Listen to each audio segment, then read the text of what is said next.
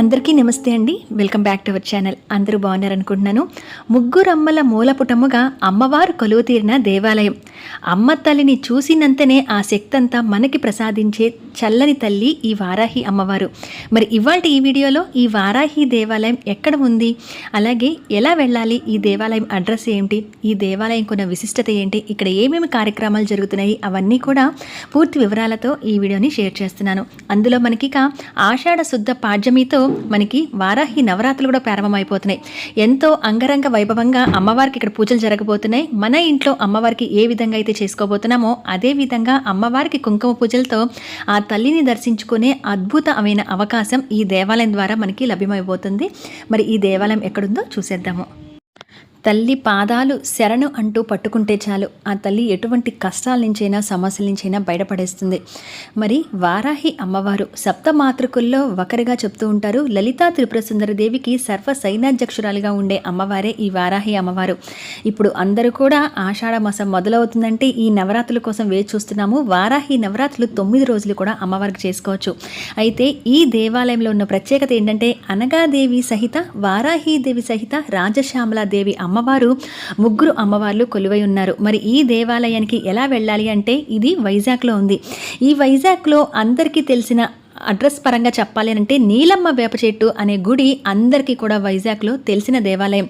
మరి ఆ దేవాలయం మీదుగా వెళ్తుంటే కనుక దానికన్నా ముందు లైన్లోనే, అంటే ఆ దేవాలయం కన్నా ముందు లైన్లోనే సాయి దర్బార్ అని ఇలా మనకి ఒక లైన్లో అయితే ఈ దేవాలయం ఉంటుంది. ఇక్కడ సాయిబాబా గారు కూడా కొలువై ఉంటారు. అదే మనం మెయిన్ రోడ్డు నుంచి వస్తుంటే కనుక వివేకానంద స్టాచ్యూ ఉంటుంది. ఆ వివేకానంద స్టాచ్యూ ఎదురు లైన్లోకి వస్తేనే ఈ సాయి దర్బార్ దేవాలయం ఉంటుంది. మరొక ల్యాండ్ మార్క్ కూడా చెప్పాలంటే ఈ గుడి దగ్గరలోనే, అంటే కరెక్ట్గా ఆపోజిట్లోనే విద్యోదయ స్కూల్ కూడా ఉంటుంది.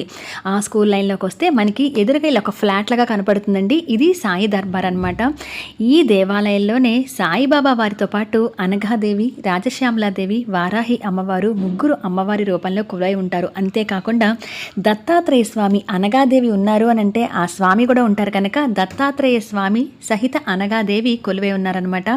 చాలా అద్భుతంగా ఉంటుందండి ఈ దేవాలయం. అయితే ఈ దేవాలయంలోకి మొదటి అంతస్తులోకి వెళ్ళగానే ఈ విధంగా మెట్లకి, అలాగే లిఫ్ట్ కూడా ఉంటుంది. ఎక్కగానే మొదటి ఫ్లోర్లో బాబావారు ఉంటారు. ఇక్కడ ఉన్న విశిష్టత చెప్తే బాబావారి దేవాలయం మొదట పొద్దున్నే ఓపెన్ చేయగానే సూర్యకిరణాలు డైరెక్ట్గా పడుతుంటాయండి. అత్యంత అద్భుతంగా ఉంటుంది చూడటానికి.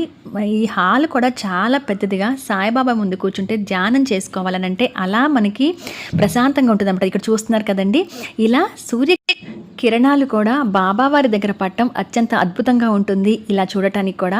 అంతేకాకుండా ఇక్కడ ఏంటంటే ఏదైనా తమ కోరిక సంకల్పం చెప్పుకొని ఇంత బియ్యం అని చెప్పి తీసుకొచ్చి స్వామివారి అంటే బాబావారి పాదుకల మీద పోస్తారు. అలా వాళ్ళ కోరిక చెప్పుకొని పంపిస్తుంటారు. కొంతమంది వాళ్ళకి పే చేసి, అంటే డబ్బులు కట్టి వాళ్ళ పేరున ఆ బియ్యాన్ని బాబావారి పాదుకల మీద సమర్పించమని చెప్తూ ఉంటారు. లేదా వీరే స్వయంగా వెళ్ళి బాబావారి పాదుల మీద మీ కోరిక చెప్పుకొని అవి ఇన్ని బియ్యం అన్ని బియ్యం అనేది లేదండి, మీకు తోచినంతైనా సరే ఆ బియ్యాన్ని తీసుకువెళ్ళి బాబావారి పాదుకల మీద వేస్తారు. అలా ఎక్కడైతే బాబావారి పాదుకల మీద ఈ బియ్యం అన్నీ కూడా పోసుకున్నారో అవన్నీ కూడా ఈ ట్రస్ట్ వాళ్ళు అన్నదానం అనేది చేస్తూ ఉంటారు. ఈ దేవాలయం కేవలం దైవ అర్చనకు అలాగే పూజలకి మాత్రమే కాకుండా నలుగురికి సాయపడే విధంగా ఈ ట్రస్ట్ లాగా ఈ సాయి దర్బార్ అనేది నడపబడుతుందండి.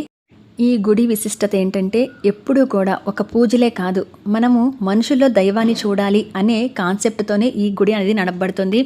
వచ్చిన ఏవైనా ట్రస్ట్ పరంగా వచ్చిన డబ్బులు కానీ, పూజలు కట్టిన డబ్బులు కానీ కేవలం దైవ అర్చనకి, అలాగే అక్కడ ఉన్న మెంటల్ డిజార్డర్ ఉన్న పిల్లలకి కానీ, లేదా హోమ్లెస్ పీపుల్ కానీ, ఓల్డ్ పీపుల్కి కానీ వీళ్ళందరికీ ఎప్పుడు కూడా అన్నదానము, చలివేంద్రము, వాళ్ళకి అవసరమైన వస్తువులు దానం చేయడం, అలాగే ముఖ్యంగా వచ్చేసి వాళ్ళకి ఈ మజ్జిగలు కానీ అన్నదానానికి కానీ ఏర్పాట్లు చేయడం, ఇవి ఎక్కువగా ప్రజలకి సాయం చేయడానికి ఎక్కువగా ఈ ట్రస్ట్ ద్వారా ఈ గుడి నడపబడుతుంది. ఇది చాలా అద్భుతం అండి. గుడి అంటే కేవలం మనము పూజలకి అనుకుంటూ ఉంటాం కదా, ఈ గుడి ద్వారా నలుగురు మనుషులు అనేది ప్రయోజనం అయితే పొందుతున్నారనమాట. ఇక మరి సాయిబాబాను దర్శించుకున్న తర్వాత ఆ పై ఫ్లోర్లోకి, అంటే సెకండ్ ఫ్లోర్లోకి వెళ్తే ముగ్గురు అమ్మల ఆ మూలపుటమ్మ దర్శనమిస్తారు. అనగాదేవితో సహా వారాహి అమ్మవారు, రాజశ్యామలాదేవి అమ్మవారు ఇక్కడ కొలువై ఉన్నారు. ఇది చాలా పెద్ద హాల్లో ఈ అమ్మవారు ఈ విధంగా ప్రతిష్ఠించబడి ఉంటారండి. ఇక్కడ మీరు చూస్తుంది దత్తాత్రేయ స్వామి, అలాగే పక్కన అనగాదేవి.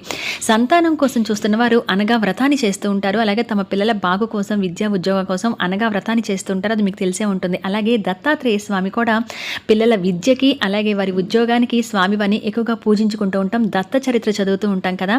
ఇక్కడ ఈ విధంగా దత్తాత్రేయ స్వామి వారు, అమ్మవారు కూడా ఉంటారు. ఇక్కడ మధ్యలో మీరు చూస్తున్న అమ్మవారి విగ్రహం అనగాదేవి. పక్కన అమ్మవారికి ఎడంవైపు ఉన్నది వారాహిదేవి, అమ్మవారికి కుడివైపు ఉన్నది శ్రీ రాజశ్యామలాదేవి. మనము మాఘమాసంలో కూడా ఈ శ్యామలాదేవి నవరాత్రులు చేసుకుంటూ ఉంటాము. మరి ఈ ఆషాఢ మాసం మనకి ఎప్పటి నుంచి మొదలవుతుందనంటే వారాహి నవరాత్రులు కూడా జూన్ 26వ తారీఖు నుంచి ఆషాఢ శుద్ధ పాడ్యమి ఈ 2025వ సంవత్సరంలో మొదలైన నవరాత్రులు మనకి జూలై 4 వరకు కూడా ఆషాఢ శుద్ధ నవమితో ముగిసిపోతున్నాయి. మరి ఈ ఆషాఢ మాసం నవరాత్రుల్లో వారాహి అమ్మవారిని విశేషంగా పూజ చేసుకుంటూ ఉంటాం.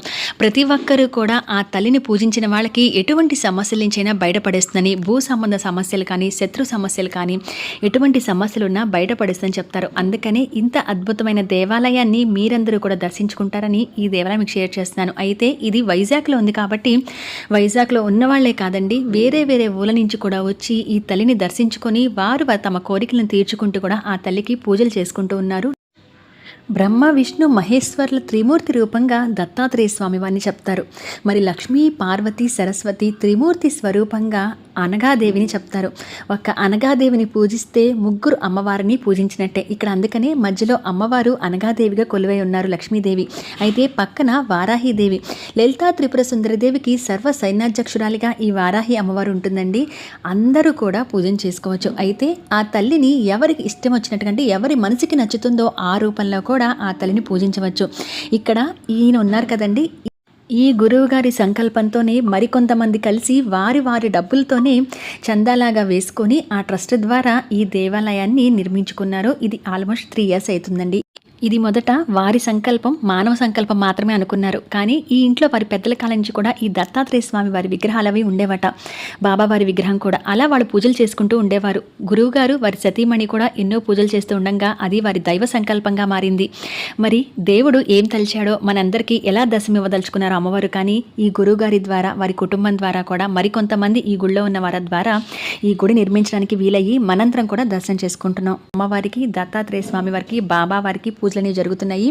నిత్యం కూడా వారాహి అమ్మవారికి ఇక్కడ ఎన్నో రకాల అర్చనలు, పూజలు జరుగుతుంటాయి. ఎవరైనా తమ పేరు మీద ఏదైనా దోషాల నుంచి బయటపడటం కోసం హోమాలు చేయించుకోవాలన్నా చేయించుకోవచ్చు. అంతేకాకుండా ఇక్కడ ప్రత్యేకంగా కుంకుమ పూజతో అమ్మవారికి పూజలు చేస్తూ ఉంటారు.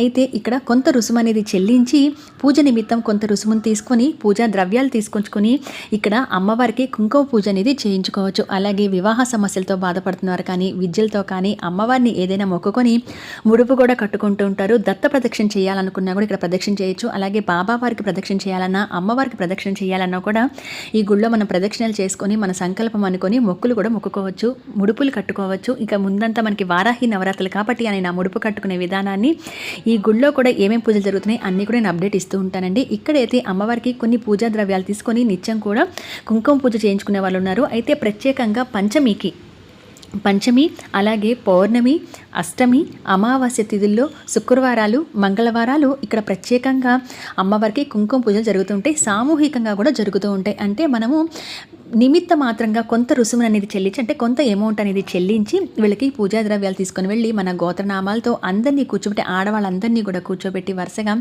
ఇక్కడ కుంకుమ పూజ అనేది అమ్మవారికి ప్రత్యేకంగా చేస్తారు. అయితే ఇక్కడ ఉన్న ఆ రోజు అక్కడికి వెళ్ళినప్పుడు చిన్న భజనలాగా జరుగుతుంది. అందుకని నేను మీకు వినడానికి అదంతా కూడా డిస్టర్బెన్స్గా సౌండ్, ఆయన చెప్పేది ఏది కూడా, నా గురువుగారు చెప్పేది ఏది కూడా మీకు వినబడదు కాబట్టి నేను నా మాట ద్వారా మీకు ఎక్స్ప్లెయిన్ చేస్తున్నానండి. చాలా బాగుంటుంది. టెంపుల్ అయితే వెళ్తే మాత్రం చాలా ప్రశాంతంగా ఉంటుంది. ఇక్కడ దేవాలయాన్ని కొత్తగా నిర్మించినా కూడా అమ్మవారు ఉన్నది అనేది చాలా మందికి తెలియదు. నాకు కూడా కొంచెం లేట్గా తెలిసింది. సో నేను కూడా వెళ్ళి అమ్మవారి దర్శనం చేసుకున్నాను. కాబట్టి ఇక మీరెవరైనా ఎక్కడి నుంచి వచ్చినా లేదా వైజాగ్లో ఉన్న వాళ్ళే అయినా ఒక మంచి ఉద్దేశంతో మీరు ఈ దేవాలయాన్ని దర్శించుకోవాలి, ఆ తల్లి ఆశీస్సులు పొందాలి అనే ఒక కోరిక, నమ్మకంతో మీకు ఈ వీడియోని షేర్ చేస్తున్నాను. అనగాదేవిని చూస్తుంటే నాగపడక దగ్గర అమ్మవారు ఉంటారండి. 2 కళ్ళు సరిపోవన్నమాట చూడటానికి. ఒక విధమైన కళ అనేది ఆ విగ్రహం, ఆ మూర్తుల్లో కనబడుతూ ఉంటుంది. నిజంగా జీవకళ అంటూ ఉంటారు కదా, అమ్మవారు అక్కడ వచ్చి కూర్చున్నారు అని చెప్పడానికి ఈ విగ్రహాన్ని చూసి తెలుస్తుంటుంది అనమాట. ముగ్గురు అమ్మవారు కూడా, రాజశ్యామలాదేవి కానీ, వారాహి అమ్మవారు కానీ, అనగాదేవి కానీ, అలా చూస్తుండిపోతాం విగ్రహాలను చూస్తుంటే కనుక. అంత అద్భుతమైన దర్శనం అయితే ఈ దేవాలయంలో మనకు కలుగుతుంది. ఇక్కడ కూడా రకరకాలుగా అమ్మవారికి అలంకరణలు, పూజలు జరుగుతూ ఉంటాయండి. అభిషేకాలు జరుగుతూ ఉంటాయి. ఎవరైనా మీ పిల్లతో చేయించుకోవాలనుకుంటే చేయించుకోవచ్చు. బాబావారి దగ్గర, బాబావారి టెంపుల్లో కానీ ఎక్కువ కుక్కలు ఉంటాయని మనం చూస్తూనే ఉంటాం కదా. ఈ శునకం కూడా ఉదయం తలుపు తెరిచినప్పుడు వస్తుందటండి. రాత్రికి మళ్ళీ డోర్ క్లోజ్ చేసినప్పుడు బయటికి పంపించి అప్పుడు డోర్ వేస్తారు. అలానే గుళ్ళో ఉంటుందట. సంతానం కోసం చూస్తున్నవారు లేదా అటువంటి సమస్యలతో బాధపడుతున్నవారు అనఘాలక్ష్మి వ్రతాన్ని కూడా ఈ దేవాలయంలో చేయించుకోవచ్చు. గణపతి విగ్రహం ఉంటుంది, ఆంజనేయస్వామి విగ్రహం ఉంటుంది. అలా మీరు ఏదైనా ముడుపులు కట్టుకోవచ్చు. అమ్మవారి ఆలయానికి వెళ్ళిన వాళ్ళు తప్పనిసరిగా 11 ప్రదక్షిణలు అయితే చేయడానికి చూడండి. అది చాలా శుభ ఫలితాన్ని ఇస్తుంది. మరి వారాహి అమ్మవారికి కూడా ముడుపులు అనేది కట్టుకుంటూ ఉండొచ్చు. పంచమి, పౌర్ణమి, అమావాస్య, అష్టమి ఈ 4 తిథుల్లో చేసే పూజలు అమ్మవారికి చాలా ప్రత్యేకంగా గుళ్ళో దేవాలయంలో జరుగుతూ ఉంటాయి. దేవాలయ ప్రాంగణం అంతా కూడా ఈ విధంగా విశాలంగా మనశ్శాంతిని కలిగించే విధంగా అయితే ఉంటుంది. నేనైతే వైజాగే కాబట్టి ఆ దేవిని, ఆ తల్లిని తరచూ కూడా నేను దర్శనం చేసుకుంటూనే ఉన్నానండి. అందుకనే మీకు కూడా ప్రత్యేకంగా షేర్ చేయాలనిపించింది. ఎవరైనా ఈ వారాహి దేవి అమ్మవారిని దర్శించుకోవాలనుకుంటే ఈ దేవాలయం తప్పకుండా రండి.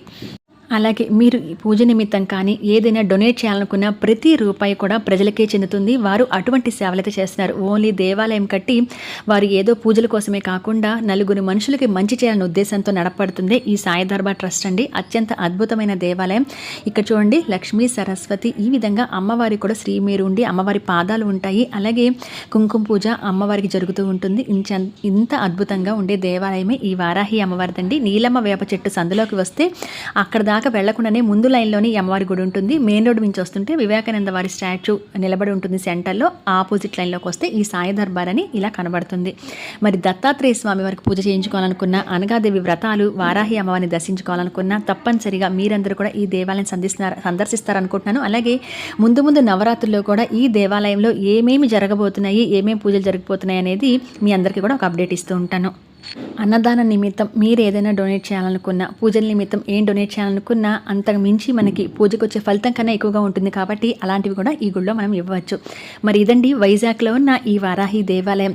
ఇంకేదైనా ఈ దేవాలయం గురించి ఇన్ఫర్మేషన్ ఏదైనా కావాలనుకుంటే నేను తెలుసుకొని చెప్తాను. మీరు నాకు కింద కామెంట్ సెక్షన్లో చేయండి. మీరు ఎవరైనా దర్శించుకొని ఉంటే కనుక నాకు కూడా కింద కామెంట్ సెక్షన్లో చెప్పండి. చేయాలి అనుకున్న వాళ్ళు, దర్శనం చేసుకోవాలనుకుంటే తప్పనిసరిగా ఈ దేవాలయంలో ఈ అమ్మవారి దర్శనం చేసుకొని మీ కోరికలు నెరవేరాలని మనస్ఫూర్తిగా కోరుకుంటున్నాను.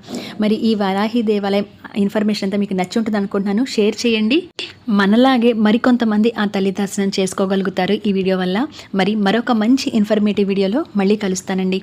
అంతవరకు సెలవు. నమస్కారం.